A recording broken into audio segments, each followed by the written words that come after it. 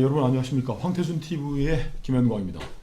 우리 서울대 명예교수 김강우 선생님께서 진행해 주시는 좋은 정부 만들기, 오늘 5월 21일자입니다.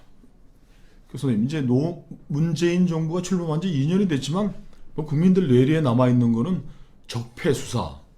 근데 적폐를 어떻게 규정하느냐에 따라서 이제 수사의 성격이 되는데, 이 사람들 자기들 얄미운 정치인들, 경제인들 좀 혼내주는 걸로 한 것 같은데, 우리 선생님은 이제 적폐 수사 방향을 바꿔라 하면서 지적을 해주셨는데, 선생님은 적폐 기득권을 법과 제도를 악용하는 세력 이렇게 규정을 해주셨어요.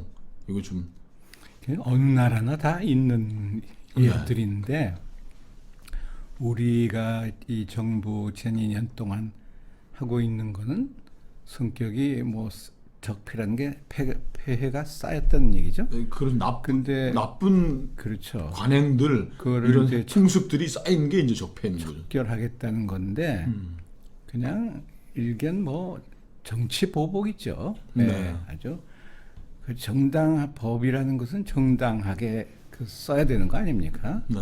근데 의도가 숨겨진 의도가 너무나 뻔한 일들을 벌리는 거는, 아무리 적폐를 없애야 된다는 건 그건 옳은 거지만은 방법 면에서는 정당성이 없는 것 같아요. 네.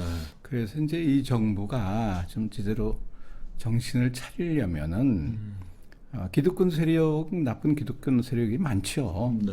법과 제도를 악용하는 세력. 악용하는 세력. 네. 그래서 영국의 그 오원 존스라는 이제 사람이 쓴 책 이름이 그 The Establishment. 그래서 기득권층이에요. 근데 여기 한 7-8가지를 나열을 했는데, 말 것도 없이 정치 엘리트. 대표적인 기득권 세력이고, 네. 국회의원, 고위 관료들, 네. 줄줄이.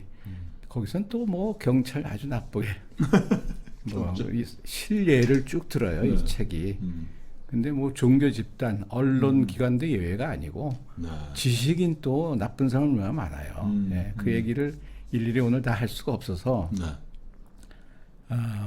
대표적으로 그 로펌이나 회계법인 이런 데 가는 그 전직 고위층 인사들. 네. 왜 그 얘기를 오늘 하고 싶은가 하면은, 이 책에 한 10년 동안 이 작가가 쭉 추적을 하면서 분석을 해보니까, 10년 긴 시간이지만 회계법인으로 간 국세청장이라든가 네.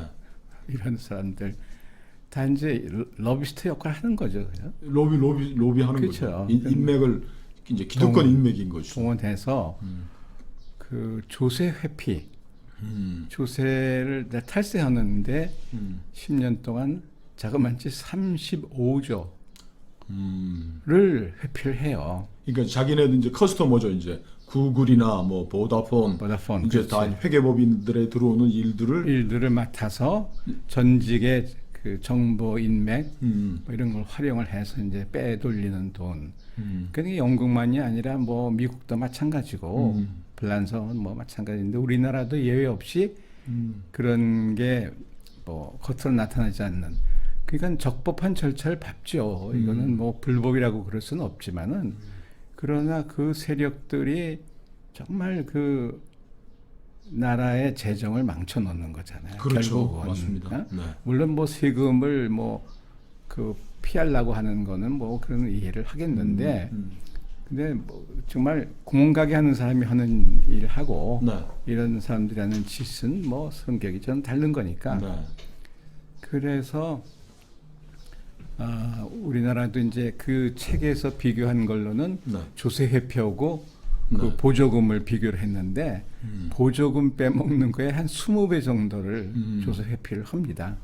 근데 우리도 오늘 신문 보면은 서울시 네. 버스가 보조금 한 1조 중에 한 20%는 감사 사각지대다. 어디로 새는지 모르는 거예요. 네, 정부가 그럼요. 보조금을 주면은 그냥 정말 기가 막힌 수법을 써가지고 다 빼돌리고 하는 일들이 아주 비일비재합니다. 네. 그러니까 우리나라도 이제 이 보면은 국세청 직원들이 로펌 회계법인에 가는 숫자가 많습니다. 67명. 네, 뭐 우리 유명하지 않습니까?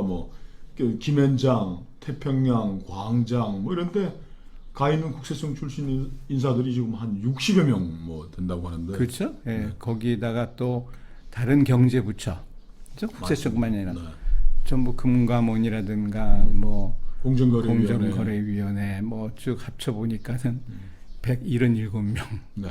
가요. 근데 뭐 가가지고 2급 출신은 2억을 받고 네. 연봉, 네. 1급 출신은 10억을 받고, 음. 그다음에 장관은 뭐 뻔하겠죠. 장관 출신. 그렇죠. 그 두 자리 숫자일 거고. 음. 그리고 또 이제 검찰 뭐 대법원 이제 판사 이런 사람들도 가잖아요. 네. 근데 뭐 그 중에는 학교로 가서 가르치겠다, 변호사 개업을 안 하겠다, 훌륭한 분들도 꽤 많은데 상당수가 또 그런데 가서 그 기득권 세력 그 구축했던 모든 정보라든가 인맥을 동원해서 이제 나쁜지 이렇게 표현할 수는 없지만은 참 부끄러운 일들을 사실 하는 거죠. 이거 많습니다, 선생님. 지금 우리 또 의료보험 재정도 지금 구멍이 나고 있는 것 중에 하나가 최근에는 어떤 뭐 이제 고용 의사, 약사 엉터리로 이제 또 계약해서 고용하고 온 사람들이 2천억 원대를 그 보조금을 횡령했다는 사건도 최근에 있었어요. 그렇죠. 예. 근데 그거에 비하면 기득권 세력들이 로펌에 가서 회계법인에 가서 세금을 감면해주고 뭐 이렇게 하는 게 뭐 10배 이상 훨씬 더 많다는 거 아닙니까? 그렇죠. 그래가지고 하여튼 이게 뭐 그 자본주의 국가에서 어쩔 수 없는 일이긴 한데, 근데 공직자라는 것은 스스로 마음이 착하다고 하기보다는 떳떳해야 되잖아요. 그렇죠. 정당하고. 네. 비록 뭐 돈을 뭐 많이 벌진 못하더라도 내가 국가와 민족을 위해서 한 일은 정말 보람 있고 떳떳하다. 이런 생각을 가지고 해야 되는데 그동안 고생했으니까 연봉 조금밖에 못 받았는데 가서 무슨 뭐 기여는 무슨 기여입니까? 좀 로비스트로 이제 하면은 네. 치부를 하는 일들을 아무렇지도 않게 이제 하거든요. 그래서 네. 그런 거 선생님 이제 적폐 뭐 청산 뭐 수사도 되겠지만은 이런 기득권을 나쁜 방향으로 쓰는 것들을 제한할 수 있는 어떤 장치들은 없겠습니까? 예를 들어서 뭐 대법관 지낸 분들, 뭐 검찰총장 지낸 분들 이런 분들이 뭐 개업을 하는 것들을 좀 일본에서는 뭐 그게 절대 없다 그럽니다. 그렇죠. 대법관 지낸 분이 뭐 변호사를 한다 이런 거 네. 없고 해야 되는데 제도적 제조도 있어야 돼. 이분들 다 그래도 공직자윤리위원회 심사 거쳐서도 가는 겁니다. 그렇죠. 근데 정당하죠. 네. 정당한데 그 정말 대법관 뭐 이런 출신 중에는 전화 변론이라는 것도 있어요. 있습니다. 네. 뭐 법정에 갈 필요도 없이 전화 한마디 하는 걸로 다 매덕이 왔다 갔다 하는 일들이 비일비재하고 송사가 또 큰 것들은요. 네. 변호사 비용으로 말할 수 없잖아요. 네. 네, 그래서 하여튼 그런 그 기득권 세력이 좀 뭐 그렇게 하더라도 이 사회를 위해서 무슨 큰 또 다른 기여를 한다 그러면 모르겠는데 네. 그거는 전혀 생각을 안 하고 네. 그 돈벌이에만 급급한 것은 참 보기가 그렇죠. 그런 것들도 이제 스스로 뭐 이제 공직자윤리위원회가 있으니까 그뭐 한 것도 있지만은 그 분위기 법관사회 내부에서도 검찰 내부에서도 지금 또 공무원도 연금이 있지 않습니까? 예전 같으면은 뭐 그런 거 있다 그러지만은 사실 전관 예우라는 게 범죄일 수도 있는 거 아닙니까? 그렇죠. 네. 전관 예우라는 말을 이제 많이 썼는데 네. 전관 예우라는 건 이제 무슨 대접을 한다. 네. 뭐 어딜 가더라도 뭘 좀 존경받는 그런 대상이다라는 이해에서 이제는 완전히 돈 쪽으로 가버려서 네. 그러니까 그게 전관 예우가 돈 버는 예우가 돼버리고 말았어요. 글쎄 말이야 돈을 몰아주는 거죠. 그렇죠. 그러니까는 이 사회주의 세력들이 지금 자본주의 참 치사하다라는 얘기 안 할 수가 없죠. 네. 그런데 뭐 사회주의자들이라고 그거 안 하냐 하면 아이 뭐 공산주의 더 대단한 더 거죠. 대단한 거죠. 지금 그럼요. 뭐 중국 그 정치국 공산당 정치국 상무위원들은 비리를 하면 뭐 몇 조씩 지금 뭐 나오고 그래서 하니까. 뭐 정말 상상을 초월하는 규모의 돈들이 오가는 일들이 네. 사회주의 세력이 할 수 있는 것들이죠. 그래서 나는 참 그 법 이런 제도를 악용하는 그럼 그런 게 익숙하고 많이 아니까 네. 얼마든지 편법을 사용할 수 있는 일들을 하고 또나 이제 조세 회피라는 것은 이제 재판을 하게 되거든요. 네. 그러면 그 얼마든지 좋은 변론을 할 수가 있는 거죠. 네. 그 아는 정보를 가지고 해서 그러한 기득권 세력에 대한 인식을 물론 이제 법한 사람들 정부에 있었던 사람들뿐만이 아니라 네. 그 참 가슴 아픈 거는 지식인들 중에도 네. 참 그런 사람들이 있거든요. 선생님이 지금 대학 사학 비리 이렇게 좀 그거는 이제 뭐 내가 중요한 이제 기득권으로 그거, 지적을 그렇죠? 해주셨는데, 사학 전에 이제 한 가지 얘기하고 싶은 게요. 네. 대학에 있어 봐서 그런데 어떤 교수 방해를 가면은 책이 하나도 없어요. 그 정부 뭐 보고서만 잔뜩 있어요. 물론 집에는 도서관 차려놨을지 몰라도 네. 그런가 하면 또 어떤 교수는 뭐 그 골프 퍼팅 같은 거 할 수 있죠, 그죠? 네. 네. 연구실. 그런데 집에서 그거를 사면은 야단을 맞으니까 홈쇼핑에서 학교로 배달하게 해가지고 네. 연구실이라는 게 뭐 잔뜩 그 뭔지 모르겠어요. 네. 예? 무슨 네. 그 백화점 같은 그런 일이 없지 않고 네. 그 다음에는 참 이 부끄러운 게 같은 분야의 교수를 뽑을 적에는 자기보다 실력 있는 사람 절대로 안 뽑아요. 폐쇄성이네요. 그렇죠. 네. 그러니까 국회가 왜 대통령 선거 기간 20일, 국회의원 선거 기간 13일 정해놓은 것은 진입 장벽을 이제 진입 장벽을 잔뜩 싸가지고 신진들 못 들어오게 하는 그 뭐 철저한 기득권 보호죠. 네. 예, 그런 일들이 뭐 정말 비일비재한데 그 지식인들의 그 폐쇄성이라는 건 뭐 참 이제 부끄러운 일들이고 네. 조금 벗어나는 얘기지만은 판사를 오래 지낸 친구가 나한테 하는 얘기가 내가 먼저 물었어요. 판사들 공소장 제대로 보고 판결해 그랬더니 이 친구 대답이 기가 막혀요. 교수들은 시험 답안 채점 얼찍에 제대로 다 보고해? 야, 정말 기본인데 기본. 두 집단이 참 부끄러운 네. 일들이 가능하다는 얘기지 않습니까? 선생님께서 이제 대학 사회의 부실이 왜 그 우리 사회 발전에 문제가 되는지 정리해 주셨는데 참 제가 이 가슴에 와닿아서 이게 좀 따로 떼어놨습니다. 우리나라가 온면에서 부실하기 이를 데 없다. 그렇지만 이 대학이라는 것이 대학이 이렇게 부실해지면은 그 나라가 전체가 사상 누각에 있는 것이다. 대학 교육과 대학교가 지식인 집단이 집단 지성을 구축하지 않고 지성인으로서의 구실을 못하면 민주 공론의 장이 이루어지지 않기 때문이다. 그렇죠. 대학 교수들이 이 정부의 정책에 대해서 깊이 있게 고민하고 연구하고 답을 내놔야지 거기서 공론이 토론이 출발할 텐데 선생님 말씀대로 교수들이 공부 안 하고 연구 안 하고 어디 정치권에 뭐 전화해가지고 뭐 대선 캠프에 거기 가서 뭐 이름 올리고 이런 게 유행이 돼 버리면 우리 나라가 사상 누가 모래 위에 이제 서 있는 집이 돼 버리는. 그건 이제 일부 이제 교수들에 이제 불과하긴 하지만 네. 현재 분위기가 대학이 대학답지 않다. 그렇습니다. 학문이라는 것을 제대로 하는 게 참 쉽지가 않다. 뭐 그럴수록 더 열심히 파묻혀야 되는데 네. 다른 바깥의 유혹이 더 많은 거예요. 그것도 잘못된 거죠. 그 정치 외압에서도 자유롭지 않고요, 대학이. 그렇죠. 네. 그래서 자꾸만 이제 인재가 필요하고 정보 지식이 필요하니까 이제 그 접촉을 하게 되는 건 뭐 그렇다 치더라도 하여튼 정상은 아닌 거예요. 그렇죠.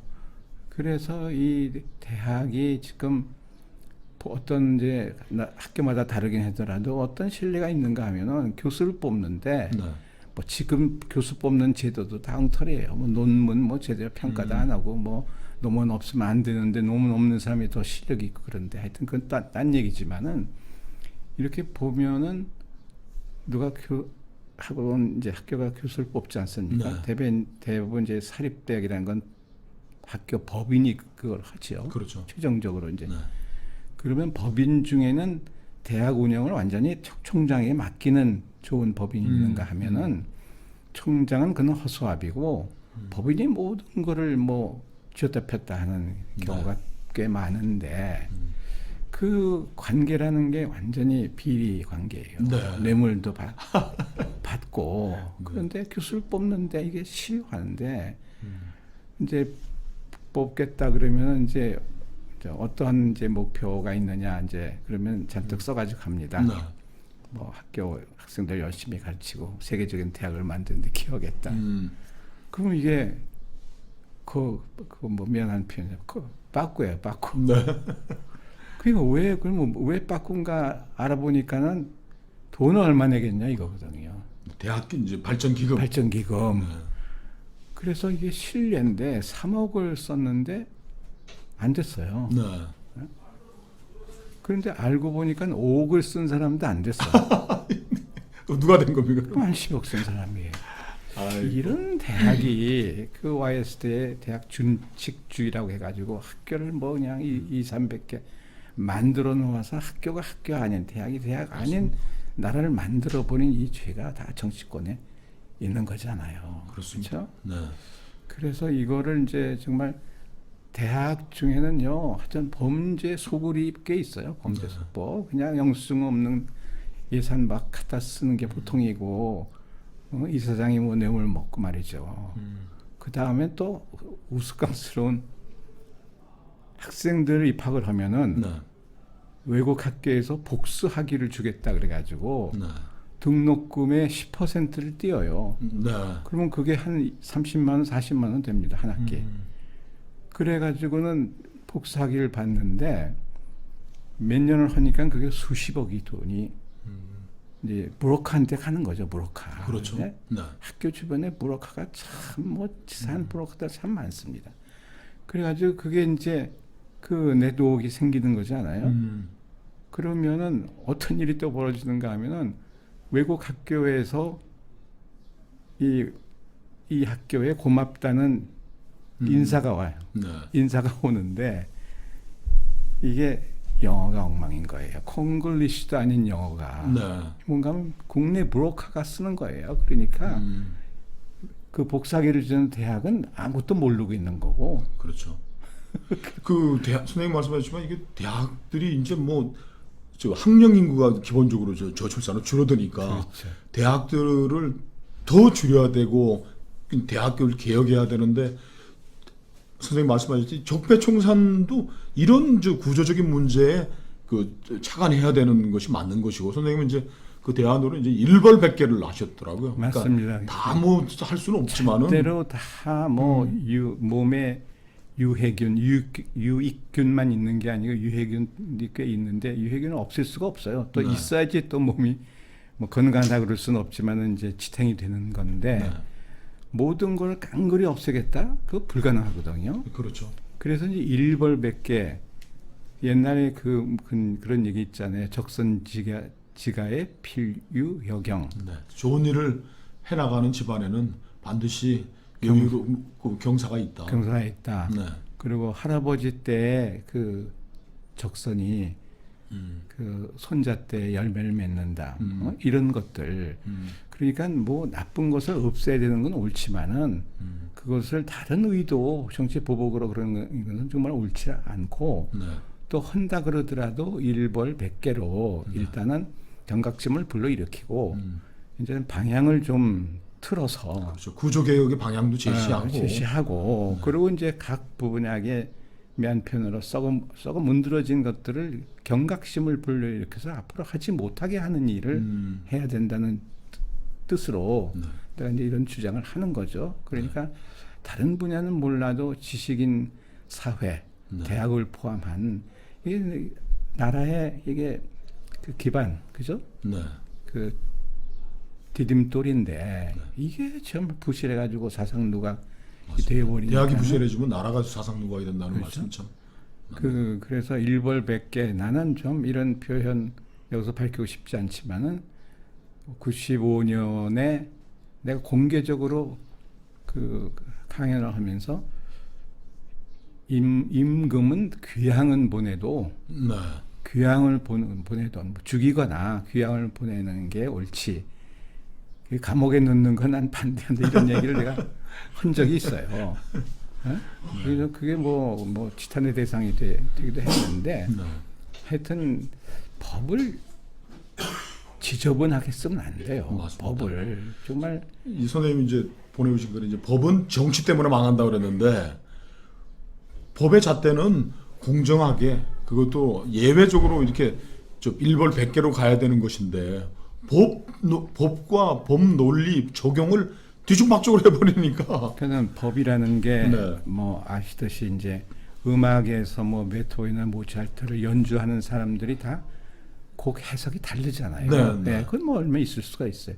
법 조문에 대한 것도 해석이 얼마든지 달라질 수 있어요. 네. 근데 판례가 있단 말이에요. 네. 근데 판례 중에는 참 오래된 판례가 있어요. 네. 법구 폐성이라는 단어가 있는데 오래된 거는 바꿔야 되거든요. 네. 법이라는 게. 근데 거기에 뭐 그냥 연연해가지고 판례 위주로 하다 보면은 세상은 바뀌었는데 죄가 될 수 없는 것들이 죄가 되는 거예요. 네. 그래서 일리를 한번 들어보면은 학교에 돈이 없으니까는 변호사 비용을 교비로 쓰면 안 돼요. 당연하죠. 교비로 쓰면 안 되는데 그러면 법인이 그 문제를 해결해야 되는데 돈이 없으니까는 그냥 뭐 의도적이라고 표현하기는 그렇지만은 놔두면은 이제 학교가 해결하겠지 뭐 이런 태도란 말이에요. 그러면 썼어요. 그러면 이 불기소 처분을 2번이나 받았는데도 네. 결국은 기소가 되는. 그러니까 그 앞에 검사는 뭐며, 그죠? 하여튼 이제 법에 대한 운영을 이게 특수 상황에 관한 것은 전혀 고려를 하지 않아요. 그러니까는 해석은 뭐 마음대로인데 정치적인 의도가 거기에 깔리면은 더 엉망이 되고. 더 엉망인. 그러니까 법을 지키는 사람들이 정말 공정하게 공평하게 모든 것을 관리해야 될 입장의 사람들이 다른 의도라든가 이념적인 색깔이 칠해지면은 그건 법이 아닌 거잖아요. 그렇습니다. 그죠? 그래서 이 참 먹이 사슬들이 참 나쁜데 거기서 벗어나는 일뿐만이 아니라 그러니까 이제 최근에 한겨레 신문에 김은 소설가가 쓴 제목이 목숨이 낙엽 떨어진다는 얘기예요. 고층 건물에서 일하는 사람이 비정규직 젊은이들 1년에 370명이 죽는다든가. 네, 정확한 숫자 기억을 못 하는데. 그래가지고 김은 작가가 뭐라고 표현하는가 하면은 먹이 피라미드. 그러니까 돈 있는 사람 아래 있고 돈 없는 사람 위로 올려보내가지고 죽게 하고 그게 무슨 꼴이 이게 지금 우리나라 사회예요. 그렇습니다. 그죠? 네. 기술적으로 돈 빼먹고 말이죠. 보조금 빼먹고. 하여튼 이거를 정말 척결하겠다고 이 정부가 고민하는 거는 이해를 하는데 네. 방법에서 고쳐야 되고 방향도 좀 전환을 해서 맞습니다. 경각심 일으키는 일벌백계로 해가지고 사회를 편안하게 만드는 게 좋은 정부지. 그렇죠. 그냥 싼다. 눈 뜨면 그냥 사건. 그러니까 선생님 말씀대로 법과 제도를 악용하는 세력이 기득권 적폐 세력인 것이고 이 사람들이 이제 법으로도 자기들을 보호하고 있으니까 그걸 이제 하려면은 법을 좀 선도하는 이 밝은 지혜가 있어야 되는데 지혜가 아니고 좀 억지로 이 법 가지고 한다면 또 새로운 법 기구 뭐 고위공직자 비리 수사처 뭐 수사전담 뭐 경찰 조직을 만든다 이게 문제를 해결하는 게 아니. 그러니까 조직 100번 만들어도요 파킨슨 법칙처럼 아무런 소용이 없어요. 네. 그러니까 뭐 좋은 기구 만들고 좋은 법 만들면 문제가 해결된다는 민주주의에 대한 기본 인식이 이게 아니거든요. 그 밑에는 공직 윤리, 그죠? 기본적으로 그 다음에 그 심정 윤리만이 아니라 매버가 말하는 책임 윤리 이런 것이 밑바닥에 깔린 사람들이 법을 운영해야 되는데 이건 뭐 머리만 있어서 외워가지고 뭘 해가지고 높은 자리에 올라가면 나란히 이꼴 되는 거예요. 그런 일들을 언론도 좀 해줘야 되고 사실은 대학 사회가 아카데미즘이 이런 우리 사회 문제들의 좀 토론도 본격적으로 좀 해주고 답도 내주고 이게 돼야 되는데 그냥 우리는 지금 뭐 정치를 이끌고 가는 세력들의 목소리밖에 안 들리는. 그러게 말이에요. 네. 하여튼 모든 게 분위기가 바뀌면서 이제 3년 차 접어드는 정부가 좀 다른 생각을 가지고 네. 우선 국민을 편하게 해야 되고 문제 척결해야죠. 네. 나쁜 것들 뭐 해야 되지만 다른 의도는 그러면 안 되고 정말 내일을 위해서 그죠? 국가와 민족을 위해서 내일을 바라보고 하는 거지 뒤에 무슨 눈이 없어서 그런 건지. 하여튼 3년 차 이제 들어가는데 정권은 뭐 유한한 거 아닙니까? 이제 3년 남았는데 선생님 말씀 좀 명심해서 좀 적폐 수사도 정말 제대로 된 이름에 걸맞는 해서 문재인 대통령 좋은 대통령으로 성공한 대통령으로 되셨으면 그랬으면 좋겠습니다. 좋겠어요. 저희들 바람입니다. 오늘 감사합니다.